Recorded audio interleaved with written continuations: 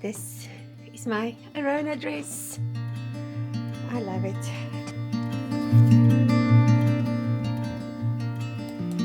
I had the perfect black cotton lawn in my stash and I was so happy to use it. But first I questioned my life choices because it took me hours to stick this pattern together, so I had to stop for some coffee. Good morning. I need to get going on this test. It is the Aronia House Dress by Miranda Really Dress Design, and I'm going to use this beautiful cotton lawn to make it, and it's a bit see-through, but I'll just wear a petticoat underneath it. And this test needs to come to a close, so I need to finish this dress today because I started late because I was gallivanting.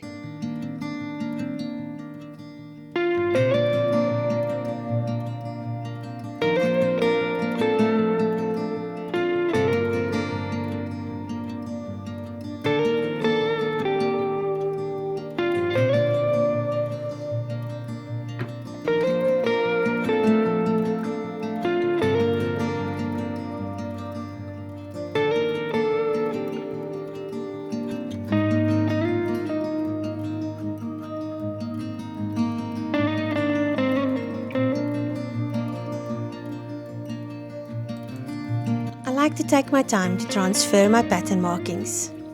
It does take extra time, but it's worthwhile.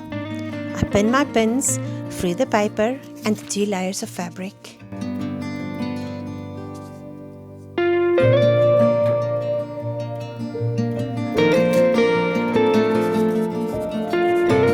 And then I open up the 2 layers of fabric, and where the pin goes through, I make a marking with some chalk. These markings are really useful when you try to put the pattern pieces together afterwards.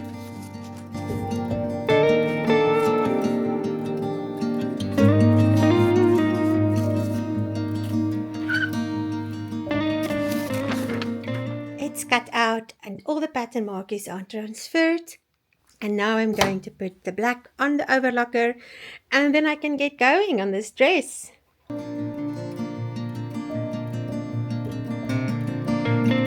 did the stay stitching around the neck for both the lining and the pattern piece, and then for these two I've also done the stay stitching. And now we're going to do gathering stitches over there and on the back piece over here.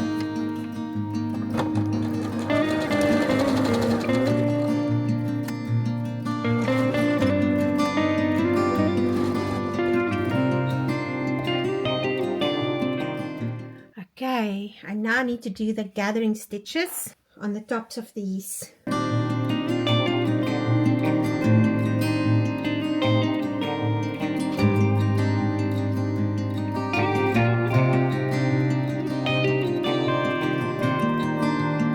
I've got the binding pinned for the front and then the facing, and I'm going to sew them now.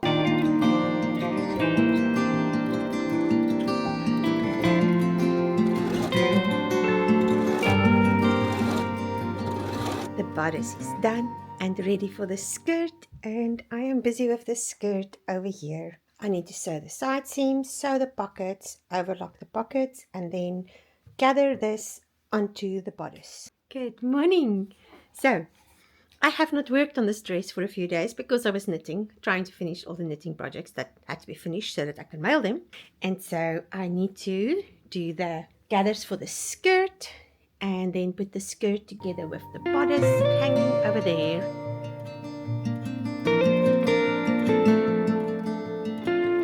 That is the bodice part. In between is the skirt that was gathered. And then that's my binding. And you're supposed to sew them all together, which I'm going to do now. So what I did first is I pinned the gathered skirt to the bodice. Then afterwards I just brought in the binding that I sewed beforehand. And I want a drawstring in my dress, so I've made the drawstring. Now I'm going to sew it all together. My buttonholes are already made. There's my buttonholes. So this dress is very close to being finished. But I'm going to go for a walk now because it's a beautiful day outside and my fun buddy is home. So it's time for some fun. I'll see you in a bit. The next step is to pull this over and pin it in place. But before I do it, I'm going to make my holes for my drawstring and then pull the drawstring in before I sew this down. To make the holes, I put a pin on both sides of the buttonhole where I want the thing to stop, because I've once cut right through a buttonhole with a quick unpick. So you go in and you cut it, and your pin prevents you from cutting it right through. Very important. Let's do the other one. So I put my pin and my pin up here, and I push my quick unpick in, and I just cut it open. And there we go. Then when I pin it, I put my ruler underneath, because that makes the pinning easier without the pin getting stuck in the ironing board. And I just keep on making sure that my drawstring does not get in the way from where I would need to sew. And I'm just going to pin it right around, and then I can sew it down. And in this way, this dress is almost done. Here's my sleeve.